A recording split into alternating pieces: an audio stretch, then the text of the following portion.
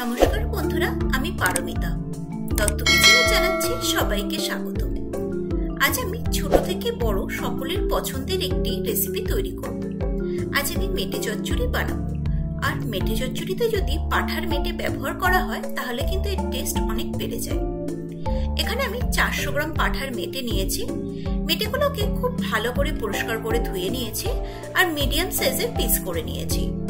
আর রেসিপিটি তৈরি করার জন্য নিয়েছি একটি বড় সাইজের টমেটো। টমেটোটাকে ছোট ছোট করে কেটে রেখেছি। নিয়েছি দুটি মাঝারি সাইজের পেঁয়াজ কুচি। আর লাগছে রেসিপিটির জন্য আমাদের আদা রসুন বাটা।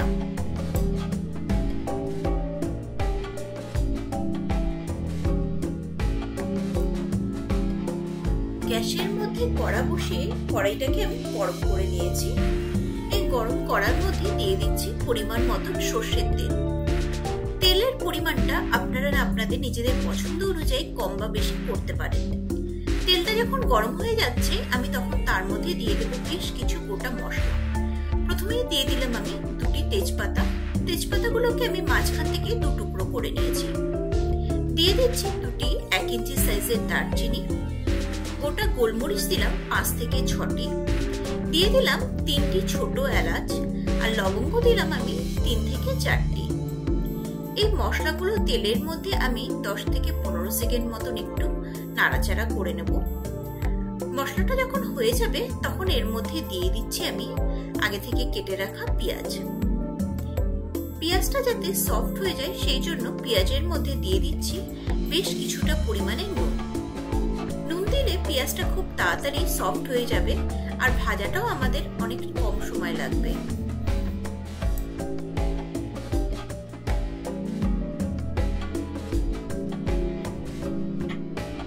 বেশ কিছুক্ষণ আমি পেঁয়াজটাকে ভেজে নিয়েছি। এবার এর মধ্যে দিয়ে দিলাম 2 টিস্পুন আদা রসুন বাটা।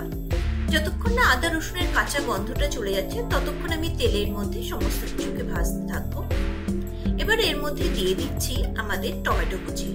টমেটোটাকে দিয়েও পেঁয়াজটার সাথে বেশ কিছুক্ষণ ভেজে নেব যতক্ষণ না টমেটোটা সফট হয়ে যাচ্ছে। দেখুন টমেটোটা আগের থেকে অনেকটাই সফট হয়ে গেছে। এবার এর মধ্যে দিয়ে দিচ্ছি আমি 1/2 টিস্পুন হলুদ গুঁড়ো। গুঁড়ো লঙ্কা দিলাম আমি 1/2 টিস্পুন। ধনে গুঁড়ো দিলাম আমি 1/2 টিস্পুন। জিরে গুঁড়ো দিচ্ছি 1 টিস্পুন। আর কাশ্মীরি লঙ্কার গুঁড়ো দিচ্ছি 1 টিস্পুন। এবার এই সমস্ত গুঁড়ো মশলা দিয়ে তেলের মধ্যে খুব ভালো করে আমি কষিয়ে নেব।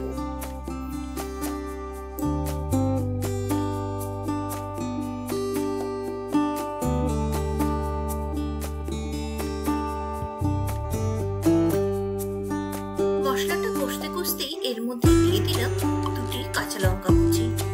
ঝালের পরিমাণটা অবশ্যই আপনারা আপনাদের স্বাদ অনুযায়ী দেবেন। এবার এর মধ্যে দিয়ে দিচ্ছি আমাদের মেটে।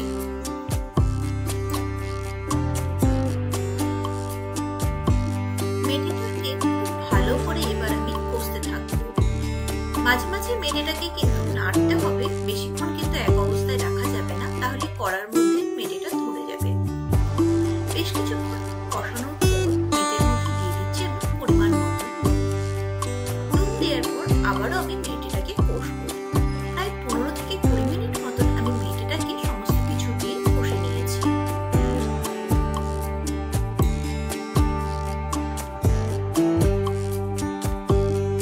এবার আমি দিয়ে দিলাম 4 চা চামচ টক দই। টক দইটাকে খুব ভালো করে ফেটিয়ে নিয়েছিলাম। ফেটিয়ে রাখা টক দই আমি এর মধ্যে দিয়ে দিচ্ছি। টক দইটা দেওয়ার পর আবারও আমি মেটেটাকে বেশ কিছুক্ষণ কষিয়ে নেব।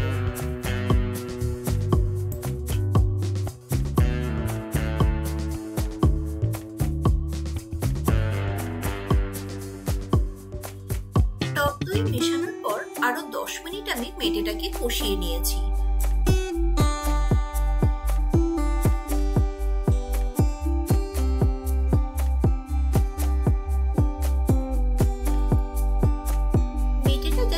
ভালো করে সেদ্ধ হয়ে যায় সেই জন্য এর মধ্যে আমি মিশিয়ে দিলাম 2 কাপ পরিমাণে জল।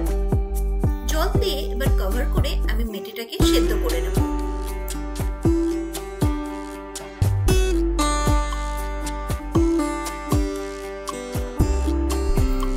এবার একটু কভারটা সরিয়ে দেখে নিচ্ছি আর একবার একটু খুন্তি দিয়ে নেড়ে দেবো যাতে মেটেটা নিচের দিকটায় ধরে না যায়। এবার আবারও একটু আমি কভার করে মেটে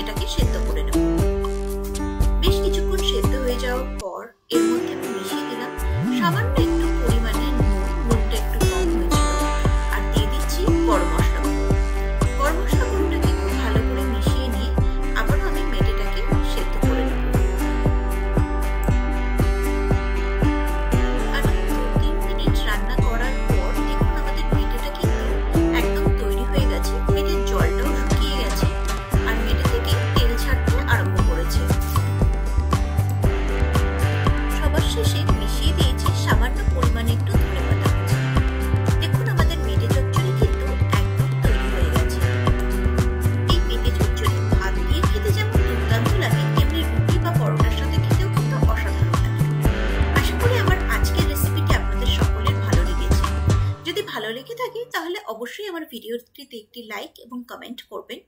আর আমার চ্যানেলের যারা নতুন বন্ধু আছেন তারা আমার চ্যানেলটিকে সাবস্ক্রাইব করে পাশে থাকা বেল বাটনটা প্রেস করে অল করে দেবেন।